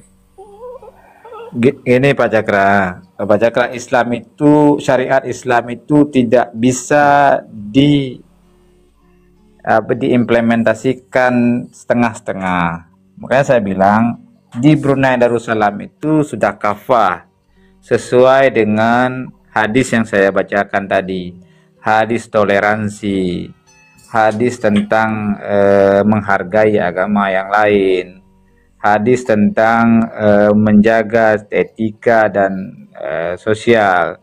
Karena mereka sudah menganutnya secara kafah, tidak seperti di Aceh, makanya rakyatnya itu tenang, hidupnya tentram, damai. Nah, tapi kalau kita mengatakan bahwa contoh adalah Aceh, itu yang keliru. Jangan mencontohkan syariat Islam itu di Aceh. Dan saya pun nggak setuju kalau dicontohkan syariat Islam yang benar tuh kayak di Aceh. Nggak, karena banyak sekali ketimpangan yang terjadi yang tidak sesuai dengan syariat. Ya, nggak bisa jadi pedoman. Aceh ini menjadi contoh penegakan syariat Islam. Yang mengatakan itu orang Aceh sendiri yang fanatik. Tapi saya tidak orang Aceh seperti itu. Saya orang Aceh yang mengkaji bagaimana sih syariah yang benar, bagaimana sih kehidupan Rasulullah yang benar sehingga kita bisa terapkan. Rasulullah menghargai orang lain, menghargai sesama, menghargai perbedaan pendapat. Nah, tapi yang terjadi di Aceh kan tidak menghargai pendapat walaupun sesama agama Islam. Contohnya kalau perbedaan pendapat itu di Wahabi, pemubaran pengajian orang. Nah, itu itu bukan orang bersyariat seperti itu. Tapi kalau di Brunei memang secara jelas, secara nyata kita melihat itu fakta, bukan rekayasa. Brunei itu adalah monarki ya, monarki absolut, artinya kerajaan Melayu, Islam beraja, MIB istilahnya kan. Itu semua resmi, peraturan negaranya itu berbasis Islam. Nah, seperti dulunya kita kerajaan Aceh, kerajaan Mukuta Alam, itu semua tentang Islam, kafah. Makanya kita bisa maju, makanya kita bisa berjaya. Makanya Allah berjanji, suatu negeri yang beriman kepada Allah, maka Allah akan menurunkan rahmatnya. Nah, itu kepercayaan, keyakinan orang Islam. Apabila kita sudah suatu negara itu sudah menerapkan hukum Islam dengan benar-benar kafah yang sebenar-benarnya sesuai dengan kafah. Ini sebentar ya. Yang Anda maksud kafah itu apa? Kafah itu secara utuh, secara benar sesuai dengan Al-Quran dan hadis. Persoalannya begini. Ada banyak dimensi. Nabi menyerukan pembunuhan terhadap orang yang berbeda pendapat yang dianggap sudah keluar dari Islam. Itu Anda bisa lihat di hadis Sahih Bukhari, Sahih Muslim. Itu adalah pemaksaan beragama, adalah perbudakan dan penjajahan. Nah, itu satu. Kemudian tadi Anda mengatakan bahwasanya sesuai dengan Al-Quran dan hadis. Perlu diketahui bahwa ada sejumlah ayat Al-Quran yang memang hanya merusak manusia itu sendiri. Tetapi itu tidak digunakan, tidak jalan. Dalam koridor syariat Islam nggak jalan. Tetapi ada sejumlah ayat-ayat yang bagus. Ini ya, saya terbeli ya. Ada ayat-ayat yang merusak manusia, itu yang digunakan oleh syariat Islam. Tetapi ada ayat-ayat yang mengandung terjemahan yang bagus, itu tidak diterima, ditolak. Sehingga ketika kita bilang menurut Al-Quran dan hadis, itu belum tentu benar, karena memang ada poros orientasi syariat Islam itu kemana. Nah, kalau dalam hadis itu sudah jelas banyak sekali unsur-unsur yang tidak mengandung moralitas dan spiritualitas di situ. Yang saya lihat ya banyak mengandung penipuan atau klaim-klaim yang tidak bisa diaktualisasikan dalam alam. Hanya hipotesa saja. Begini Pak Cakra, tidak ada hadis yang mengatakan yang Nabi menyuruh untuk memerangi orang yang berbeda pendapat, tidak ada. Kenapa disuruh habiskan nyawa seseorang yang dianggap murtad atau keluar dari Islam? Oke, saya baca. Saya kan sudah baca dari pertama, saya sudah baca hadis memerangi orang musyrik. Ya, makanya saya jelaskan. Rasulullah Shallallahu Alaihi Wasallam bersabda, aku diperintahkan untuk memerangi manusia hingga mereka bersaksi bahwa tiada Tuhan selain Allah dan bahwa Muhammad adalah utusan Allah. Hadis Bukhari Muslim nomor 25, Bukhari dan Muslim dan nomor 22. Jadi penjelasan dengan hadis ini, kata An-Nas di sini tidak berarti semua non-muslim. Itu terjadinya asbabul dasar daripada hadis itu adalah tentang memerangi kaum musyrik Arab pada masa itu yang memerangi Nabi. Kaum musyrik Arab yang memerangi Nabi. Nah, karena Nabi menyampaikan Islam sehingga mereka memerangi, membenci mereka, makanya Nabi bersabda demikian. Nah, jadi tidak berlaku untuk sekarang. Begini, persoalannya begini, kalau kita memahami seperti yang Anda terangkan tadi itu, karena itu kan sudah 2 kali Anda jelaskan, itu saya mengerti. Kalau kita anggap apa yang dikatakan Nabi Muhammad adalah berlakunya pada masa itu, maka seluruh hadis hanya kepada masa itu aja, jangan dilanjutkan lagi. Misalkan begini, Nabi Muhammad membawa agama Islam pada masa abad ke-7. Ya pada masa itu aja, pada masa dia, pada keluarga dia, pada masyarakat dia. Itu sedangkan abad ke-7 sekarang sudah berlanjut. Nah, dan Islam itu tidak layak lagi dan tidak relevan lagi. Ngapain kita pusing-pusing tentang syariat Islam? Ya kan? Karena apapun yang dikatakan oleh Nabi, baik itu tentang dia cara beragama, cara dia sembahyang, cara dia puasa, apalah. Itu urusan dia. Dan itu adalah pada masa dia. Nah, sekarang masanya sudah berbeda, bukan lagi abad ke-7. Ya, ngapain lagi berurusan dengan sembahyang seperti yang dia sembahyang? Ngapain lagi puasa seperti yang dia puasa? Dan sedangkan semua yang diterangkan oleh hadis itu bukan tulisan buatan dia sendiri. Tetapi menurut sejumlah orang, menurut gosipan orang, yang lahirnya ratusan tahun kemudian setelah dia tidak ada lagi. Jadi kalau kita untuk menelusuri kebenaran apa benar itu yang dikatakan oleh sosok tersebut, ya kan? Jadi banyak sekali masalah kalau kita ingin menggunakan metode atau metode dalam hal ini yang ada katakan itu bahwasanya ada asbabun nuzul, ada hal yang memang tidak berlaku lagi karena masanya sudah berubah. Maka juga sah kalau kita katakan bahwasanya semua hadis, semua pemahaman yang dianut oleh orang Islam itu masanya sudah tidak ada lagi karena masa abad ke-7 itu sudah berlalu. Dan ini Pak Cakra, saya potong sedikit. Ada kesalahan, saya mengaku kesalahan dari saya menyampaikan tadi. Maksud saya gini, hadis ini tentang memerangi orang musyrik dalam konteks perang, dalam konteks orang musyrik itu memerangi orang Islam. Dan berlakunya sampai sekarang. Misalnya kalau ada orang musyrik yang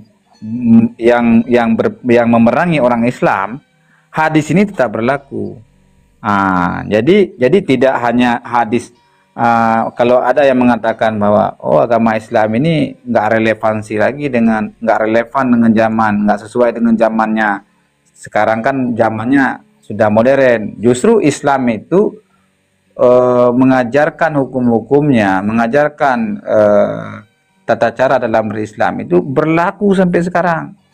Malahan itulah persoalannya. Jadi persoalannya begini. Sedikit Ya. tentang AI. AI itu kecerdasan buatan. Sebenarnya kalau kita kaji secara Islam itu sudah bisa menjawab tentang AI. Di saat dunia dipenuhi oleh rekayasa, sekarang kan dengan AI itu bisa saja orang membuat saya misalnya menjadi pemeran bintang porno. AI itu yang nyiptain Muhammad ya? Bisa saja dibuat kan? Iya. AI yang nyiptain Muhammad, Pak Cakra, di Amerika yang nyiptain AI. Bagaimana, Sofia? Yang nyiptain artificial intelligence itu ternyata Muhammad. Orang Islam. Iya. Tapi dibeli sama Elon Musk kayaknya. Elon Musk membeli dari Muhammad Kasman. Itu kesalahan Anda cara menanggapi saya ngomong. Saya bicara tadi di saat muncul AI, Islam itu sudah bisa menjawab tantangannya AI. Sekarang kan dengan AI itu orang bisa merekayasa gambar, video dengan hasil yang seolah-olah itu nyata. Bagaimana kalau AI itu digunakan untuk hal kejahatan? Makanya Islam sudah bisa memproteksi itu. Saya kembali ke belakang ya. Sangat miris argumen yang saya dengar. Kita orang Islam itu bisa memerangi umat lain kalau diperangi. Dalam kenyataan, kita hidup dalam agama Islam yang terlahir dalam agama Islam. Kita difitnah, banyaklah pernyataan-pernyataan yang dikeluarkan oleh Nabi Muhammad dalam hadis tentang diri kita ini yang tidak mendasar. Nah, ketika kita gugat klaim-klaim itu, kita dianggap sudah menghina agama atau penistaan agama. Yang mana Pak Cakra? Saya jawab. Yang mana yang klaim-klaim yang menurut Pak Cakra itu yang tidak sesuai dengan perkembangan zaman. Apabila kita menggugat itu ada oknum-oknum yang membenci, malahan yang memerangi, yang memusuhi, yang mana? Saya kupas sekarang. Oke, mungkin begini ya, mungkin harus kita bawa ke lapangan untuk lebih jelas. Saya ingin tahu, saya sangat tertarik untuk mengetahui hasil daripada sikap masyarakat terhadap pernyataan yang sudah saya keluarkan selama ini, baik itu video. Jadi begini. Ada sejumlah video yang saya publish yang sudah saya keluarkan di YouTube atau di Facebook atau di TikTok ini. Saya ingin dengar, coba Anda perlihatkan kepada masyarakat tentang pernyataan saya bahwasanya rukun Islam itu adalah rukun dongeng. Itu saya keluarkan beberapa tahun yang lalu. Coba diperlihatkan, itu kan analisa saya. Jadi coba Bapak bawa video itu ke Masjid Raya Banda Aceh, tayangkan di Masjid Raya. Kalau masyarakat mendengar apa yang saya katakan itu keliru dan saya ini perlu dihabiskan karena mengeluarkan satu analisa yang berbeda apa yang diyakini oleh masyarakat, kira-kira dalam kondisi syariat Islam yang ada sekarang di Aceh, apa solusi dan tanggapan yang bisa Bapak berikan kepada masyarakat atau jamaah masjid yang mendengar itu, termasuk kaum ulama, termasuk kaum ulama, karena nanti mereka yang akan memberi fatwa. Nah, apa gugatan posisi Bapak terhadap kaum ulama di Aceh kalau mereka mengambil satu sikap, dia ini harus kita habiskan karena ini sudah menghina Nabi Muhammad, dia ini sudah menghina Tuhan kita, dia ini sudah menistakan agama apa-apalah. Nah, sedangkan di Aceh itu sudah ada syariat Islam. Nah, jadi lebih baik saya kira kita bawa ke lapangan agar kita tahu substansi klaim yang Bapak katakan itu punya makna sama sekali. Nah, kalau tidak bisa kita buat satu survei di lapangan, ini agak sedikit antara teori dengan kenyataan yang ada di lapangan ini tidak nyambung.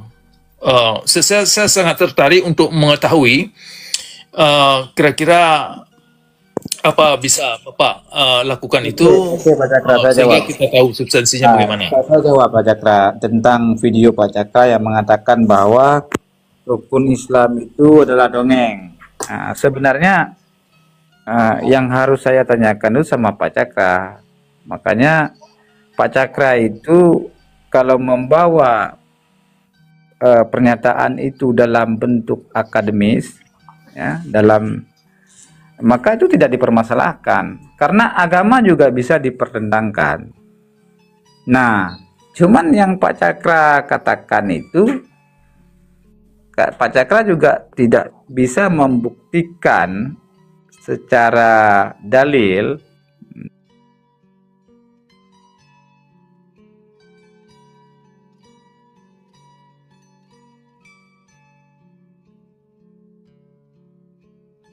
you to live with purpose, to walk in boldness, to love without limits. This world is not your home.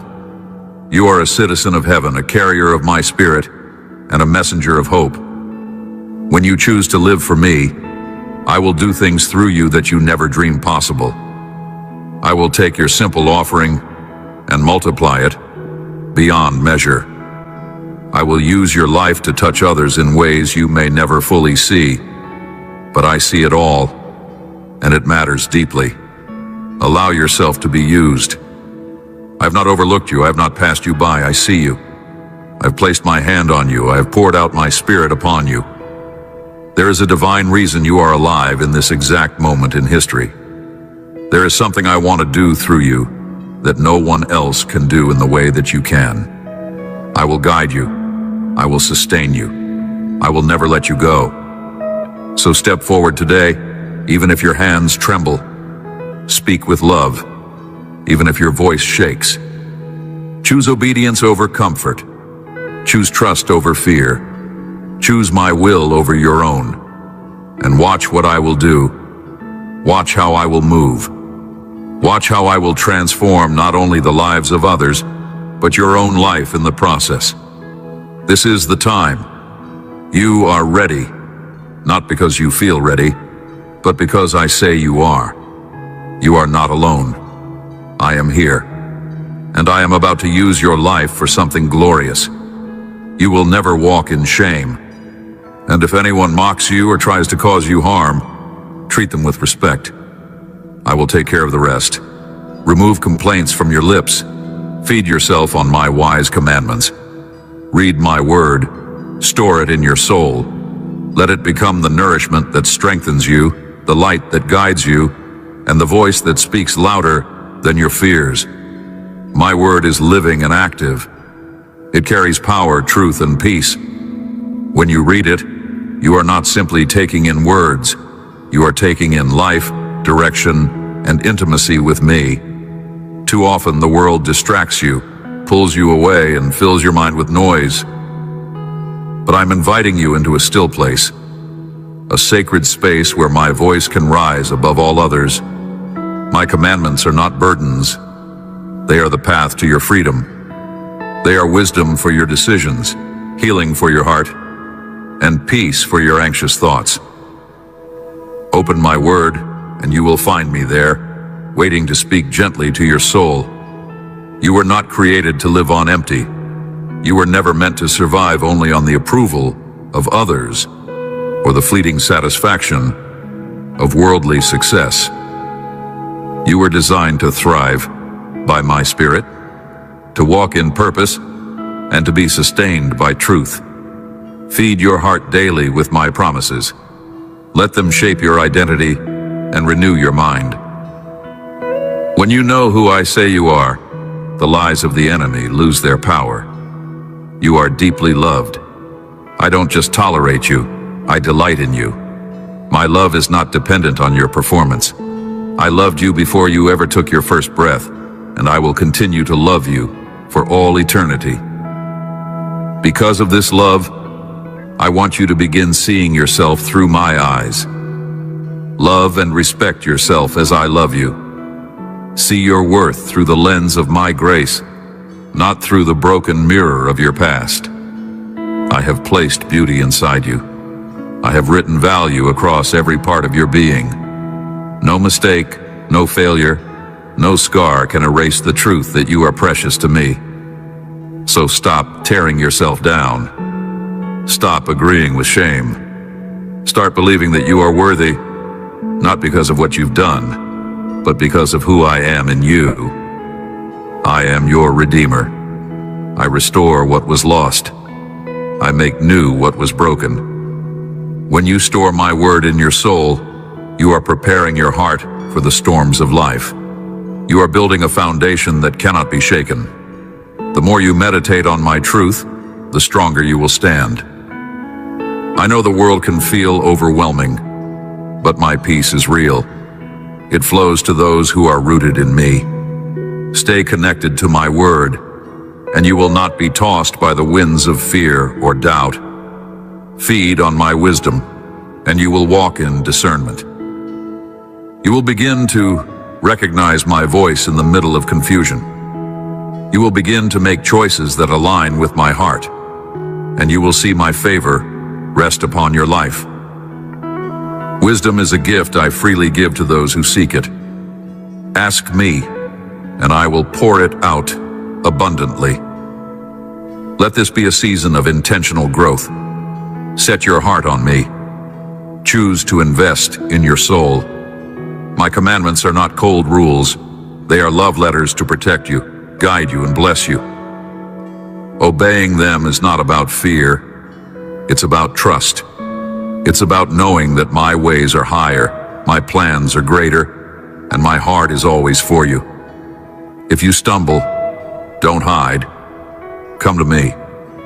I am not angry, I'm merciful. I'm ready to forgive, to restore, and to lift you up. My word says that my mercies are new every morning. So begin again. You are not disqualified.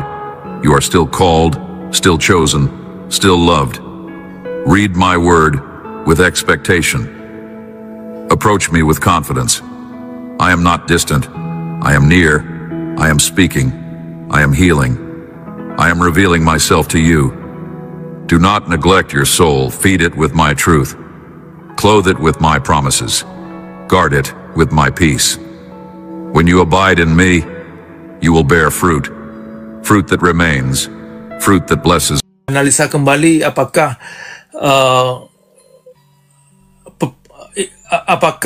pendekatan pesantren atau pendidikan pesantren demikian layaknya.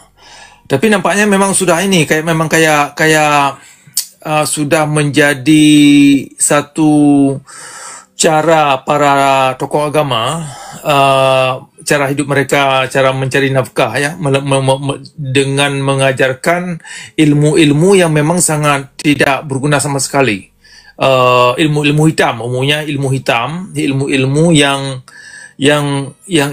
hanya penipuan, akar-akarnya itu penipuan. Nah, jadi kalau di Aceh itu sudah umum sekali kegiatan yang demikian. Memang itulah kita sayangkan. Tapi yang di video itu saya kurang mengerti kok para sejumlah tokoh yang di depan gedung ya, mereka merasakan terhina itu.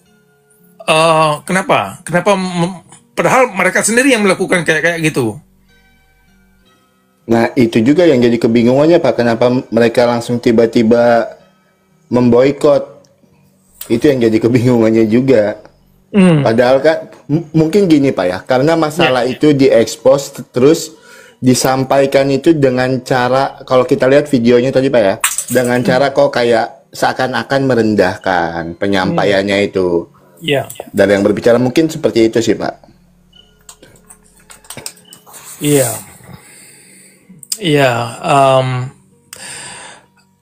Itulah alasan mereka tersinggung. Artinya mereka tidak siap dikritik kan, tidak siap dikritik, tidak siap dibahaskan lah, terutama ke hadapan para orang tua ya kan, kepada orang tua anak-anak. Kalau ini adalah acara-acara yang dilakukan di pesantren, umumnya dilakukan itu di pesantren.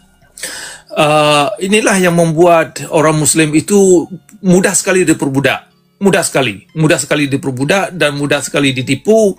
Ya akhirnya mental dan kejiwaan dalam beragama itu tidak ada sama sekali. Kalau kita melihat dari sudut spiritualitas ya, sangat tidak ada, sangat tipis dan sangat ya hampir tidak ada lah. Yang hanya ada simbol-simbol, misalkan mereka hafal-hafal Quran, kemudian ada selawat-selawat kepada Nabi Muhammad sampai 1000 kali doa, kadang-kadang lebih, mungkin 2000 kali. Kemudian nanti ada acara perayaan keagamaan, siapa yang mencium tangan guru mereka nanti akan kira-kira kayak ada harapan dapat rezeki, tapi harus bayar, harus bawa uang lah, tapi biasanya tidak ditentukan, tapi sudah diharapkan bawa sedikit umpeti ya, kalau istilah Aceh itu umpeti, tapi yang isinya itu biasanya uang atau benda atau beras atau yang bisa yang bisa dinilai dengan uang. Nah, yang terjadi kepada masyarakat, terutama kepada ibu-ibu yang janda, kepada ibu-ibu yang sudah berumur 50 tahun ke atas, ini kan mereka sering sekali ketipu. Jadi setiap minggu ke sana, kalau di Aceh itu dibilang kalut. Kalut itu kayak bersemadi kalau dalam bahasa Indonesia ya. Jadi bersemadi ya, kalau kita katakan meditasi juga bukan. Karena kalau tujuan meditasi kan untuk melakukan introspeksi ke dalam. Tetapi kalau kalut di Aceh itu yang sering disebut ini ya, apa namanya, kalau bahasa Inggris itu meditasi, kalau tadi apa namanya, saya sebutkan. Nah, jadi ibu-ibu ni ke sana, ke tempat pesantren, ke tempat guru-guru agama itu untuk mencari ketenangan. Tetapi ketenangan yang dicari itu nggak ada. Cuman yang mereka dapat hanya penakutan. Ya, setiap mereka kembali ke sana, ke pesantren ya, atau ke tempat-tempat guru yang mereka mereka anggap keramat, ya setiap kali mereka ke sana ya harus bawa sesuatu, sehingga masyarakat yang sudah miskin, uangnya hanya cuman bisa untuk hidup, tetapi disimpan hanya untuk bisa ketemu orang ini, guru yang dianggap aulia lah, atau alim, yang dianggap alim, tetapi tidak mengandung satu unsur spiritualitas apa-apa, apalagi nilai moralitas. Pak Cakra, maaf aku potong. Coba aku putarin full ya, aku pakai soundcard biar lebih jelas ya Pak ya. Ya. Videonya ya, sebentar biar enak nanti Bapak ini. Oke.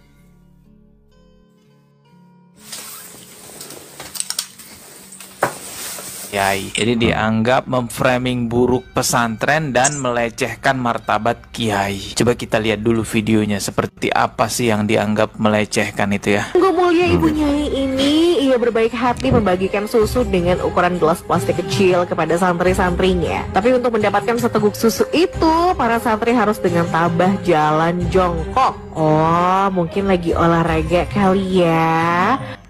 Jadi di beberapa pesantren di Indonesia memang ada yang menerapkan seperti itu ya. Kalau santrinya mau jalan di depan kiainya itu harus jongkok gitu ya. Kalau kiainya atau nyainya memberikan sesuatu, santri tersebut harus menerima dengan keadaan jongkok atau lebih rendah lah begitu. Walau kelihatannya agak mirip anak-anak yang lagi digembleng sama Satpol PP sih. Kedua, kiai yang kaya raya tapi umat yang kasih amplop. Bukan hanya santri usia anak-anak, yang udah bapak-bapak pun ketemu kiainya masih ngesot untuk mencium tangan. Dan yang mencengangkan, ternyata yang ngesot itulah yang kasih amplop. Ini salah satu juga penyebab kemarahan terbesar beberapa orang ya terhadap Trans7, karena di video ini menampilkan salah seorang kiai besar dari pondok pesantren Lirboyo. Dari sinilah dianggap bahwa program ekspos Trans7 ini meleceh hingga harga miliaran. Sarungnya aja pun merek termahal yang harganya berkisar antara 400 ribuan sampai 12 jutaan rupiah gitu deh. Sarung 12 juta. Keluarga nih, sana family kecipratan duitnya. Oke. Kalau kaya raya mah umatnya yang dikasih duit ya. Iya Bu. Sarung 12 juta tuh merek gajah apa tuh? Kalau gajah duduk apa gajah ngesot? Gajah mungkur mungkin Bu. Lanjut. Ya sih, tapi gimana ya, dengan ngasih amplop pada kiai kan diharapkan bisa dapat berkah. Kalau enggak, ya ambil hikmahnya aja dah. Ketiga, disuruh ngepel sampai ngelap daun. Ngelap daun. Ini udah kaya raya, sampai segitu. Banyak amplop. Pekerjaan mengurus rumah yang harusnya dikerjain oleh asisten rumah tangga dialihkan dong ke santri dan santriwati. Karena belakangan viral nih beberapa video para santri dan santriwati beberes rumah kiainya. Mulai dari nyapu, ngepel, nyuci pakaian, cuci perabotan dapur, bahkan ngelap daun tanaman koleksi kiai dan kiainya. Sebagian orang menganggap ini tuh kayaknya feodalisme di zaman penjajahan. Namun bagi sebagian santri, melakukan roan dalam atau kerja bakti di rumah kiai itu adalah keistimewaan. Walau gratisan. Ya, video inilah yang menyebabkan banyaknya poster. Nah itu Pak, yang menyebabkannya Pak Cakra? Iya. Silakan, silakan Pak Cakra. Iya. Itulah saya kira ini ya kejahatan kaum ulama ya. Beberapa bulan yang lalu saya buat satu analisa dan saya sudah posting di YouTube tentang kajian kejahatan kaum ulama ya, termasuk dalam hal ini kepala pesantren dan tokoh masyarakat setempat. Jadi yang paling utama di sini kaum ulama, karena mereka yang dianggap sudah sakral ya, termasuk ya para ustadz sebagai kelompok di belakangnya itu. Jadi ya kejahatan kaum ulama itu memang mereka yang pertama melakukan satu konsep penakutan ya. Ini yang paling merusak adalah konsep penakutan yang mereka lakukan, dan mereka tidak segan-segan mengklaim orang yang berbeda pendapat itu orang kafir atau sudah murtad. Nah, jadi dengan konsep penakutan ini ya mudah sekali masyarakat awam ditipu dengan narasi-narasi yang memang tidak melandaskan apa-apa. Tetapi ya dengan penakutan ini nanti bisa diperas. Misalkan ada kewajiban, misalkan harus bayar zakat. Nah, bayar zakat itu ada, saya lihat sejumlah tokoh-tokoh atau dalam ini tokoh agama. Setiap tokoh agama setempat, mereka tidak segan-segan mengklaim sedekah dalam hal ini zakat. Zakat itu kalau Anda kasih ke orang lain, itu tidak diterima Tuhan. Nah, jadi kalau masyarakat yang awam ini mau zakatnya diterima Tuhan, ya harus kasih kepada tokoh ini, ke kaum ulama yang sudah dianggap keramat di kota tersebut. Dan ini sudah, kalau di Aceh itu sudah umum. Di setiap tempat itu ada, misalkan begini, kalau di Aceh Timur itu ada seorang tokoh agama atau ulama yang dianggap masyarakat punya ilmu. Ya, ulama ini tidak segan-segan mengklaim zakat itu tidak bisa dikasih ke orang lain, apalagi ke orang-orang yang misalkan orang di luar agama Islam. Jangankan orang di luar agama Islam, kasih zakat ke tempat lain, ke kampung lain atau ke kota lain, itu tidak diterima Tuhan. Kecuali ketika mengajukan zakatnya itu ke dia. Nah, inilah salah satu kejahatan kaum ulama yang ini ya, yang mungkin bisa dikatakan primitif, dalam artian tidak begitu berbelit-belit. Memang terang-terangan dilakukan. Kemudian ada tingkat lain yang sungguh sophisticated atau kompleks, ya kan, kompleks. Dalam artian kaum ulama itu bisa menipu sejumlah ustadz dengan ini ya, dengan dalil hadis, dengan dalil mereka ini sudah begitu berilmu. Kemudian mereka bisa menggayung para tokoh masyarakat, misalkan para gubernur, para camat, kepala camat, dan lain-lain, untuk melakukan satu kebijakan.